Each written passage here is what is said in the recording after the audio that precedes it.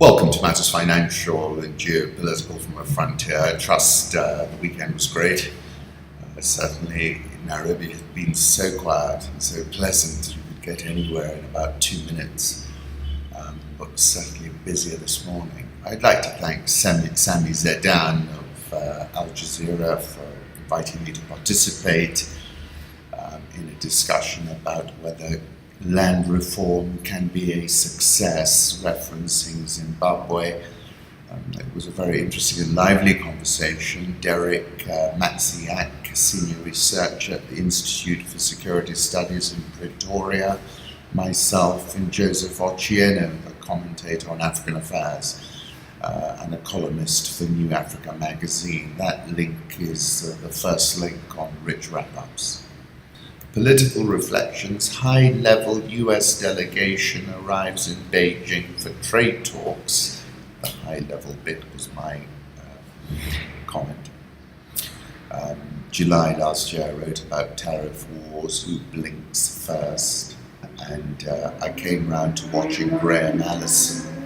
His TED Talks is war between China and the US inevitable, 17 minutes, well worth watching.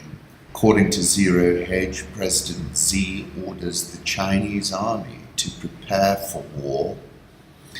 In just a few short days, China has proved that investors who have been underestimating the geopolitical risks stemming from the simmering tensions between the US and China over the latter's territorial claims in the South China Sea, and paranoia over the fate of Taiwan, a de facto independent state that President Xi Jinping is aggressively seeking to bring under the heel of Beijing, have done so at their own peril. Xi orders the armed forces to enhance their combat readiness, that's Xinhua, a mobilization order for the training of the armed forces. Have a look at this footage, the first ever from CCTV, discloses how China's People's Liberation Army's Air Force soldiers safeguard the country's sovereignty. That's from Global Times. This is the Chinese Air Force. You have entered Chinese ADIZ. Report your nationality and purpose of flight. 15th of October, I said war is coming. And this is again reiterated, this is another piece of footage of a PLA plane chasing a foreign interloper from the East China Sea Air Defense Identification Zone.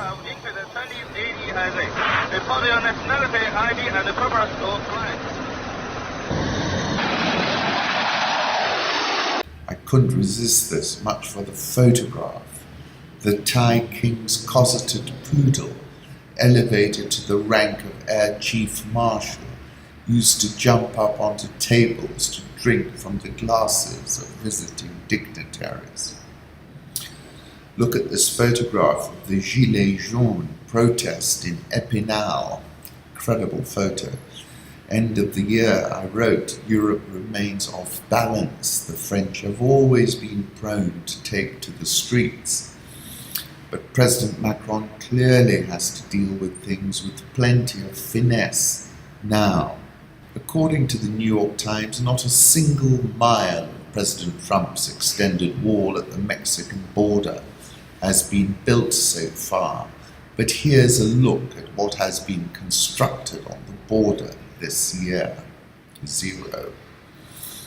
Speaker Pelosi mocked Trump's ultimatum. Now he's down to, I think, a beaded curtain or something. And then I like this tweet from Elizabeth May. Don't worry, Republicans. Impeach the MF. It's just lady locker room talk. They've really pushed back, haven't they, these Democrats? The Mexican president has no car, no credit card, and doesn't even own his own house. Iran's foreign ministry spokesperson, with the negotiations over the past months, our feeling is getting stronger that European countries face a series of serious inabilities in the implementation of the SPV. And I said in September last year, let's see where this goes, because when push comes to shove, Europe tends to come to heel. I was referencing the SPV and Federica Mogherini. This is a photograph from Haru Mutasa yesterday when she arrived in Kinshasa. International markers, just the interest payments on China's non-financial debt totaled about $3 trillion last year, equal to roughly 22% of the nation's GDP. This is by Lisa Abramovitz. At this point, China is borrowing more money just to cover the interest payments on its existing debt. Chinese professor has been censored after admitting real GDP growth is below 2%. That's from Zero H.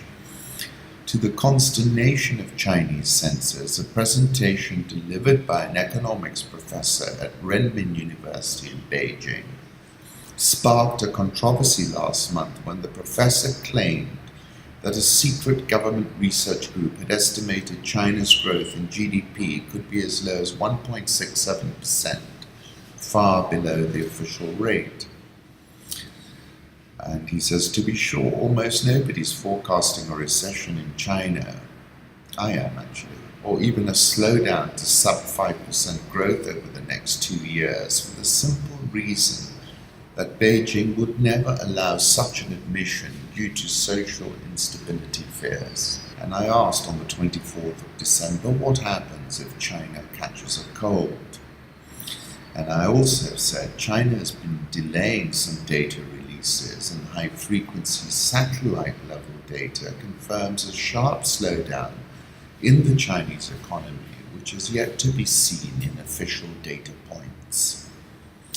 An overwhelming majority of conservative activists made clear they were not bothered by the prospect of Britain leaving the EU without a deal.